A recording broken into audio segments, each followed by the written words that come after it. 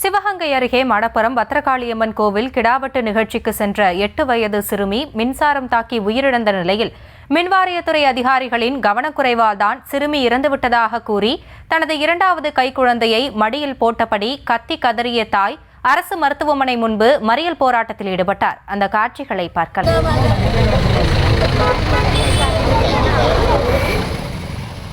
இது குறித்த கூடுதல் விவரங்களோடு இணைகிறார் எமது செய்தியாளர் ஃபருக். என்ன நடந்தது, விவரங்கள்?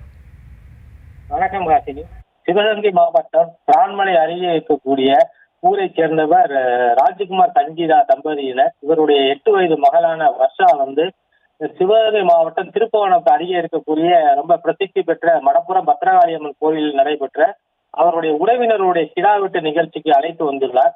அப்பொழுது கோயிலின் அருகே உள்ள அன்னதான கூடம் இடத்திலையும் அந்த முடி காணிக்கையை செலுத்தக்கூடிய அந்த கூடாரத்துக்கு அருகிலே மின் வயர்கள் சென்று கொண்டிருந்திருக்கிறது. அதை முறையான முறையிலே அந்த மின் வயர்களை மின்சாரத்துறையும் சரி, இந்த கோயில் நிர்வாகமும் அதை பராமரிக்கதால் அந்த சிறுமி அந்த இடத்துல சிறுநீர் கழிக்க சென்ற போது மின்சாரம் தாக்கி சம்பவ இடத்திலே அந்த சிறுமி பரிதாபமாக பலியாகி உள்ளார்.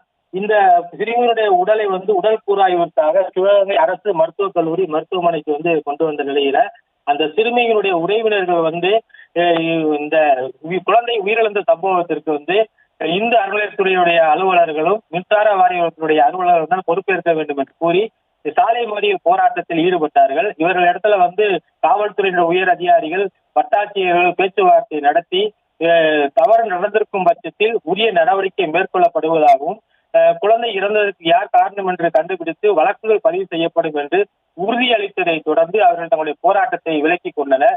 இந்த சம்பவம் அந்த இடத்துல பெரும் பரபரப்பு ஏற்படுத்தி இருந்த போதும் அந்த குழந்தையுடைய தாய் கதறி அழுத சம்பவம் பார்ப்பது மனதை ரொம்ப கவலைக்குள்ளாக்கியது. செய்திகளை உடனுக்குடனும் துல்லியமாகவும் தெரிந்து கொள்ள சப்ஸ்கிரைப் பண்ணுங்க.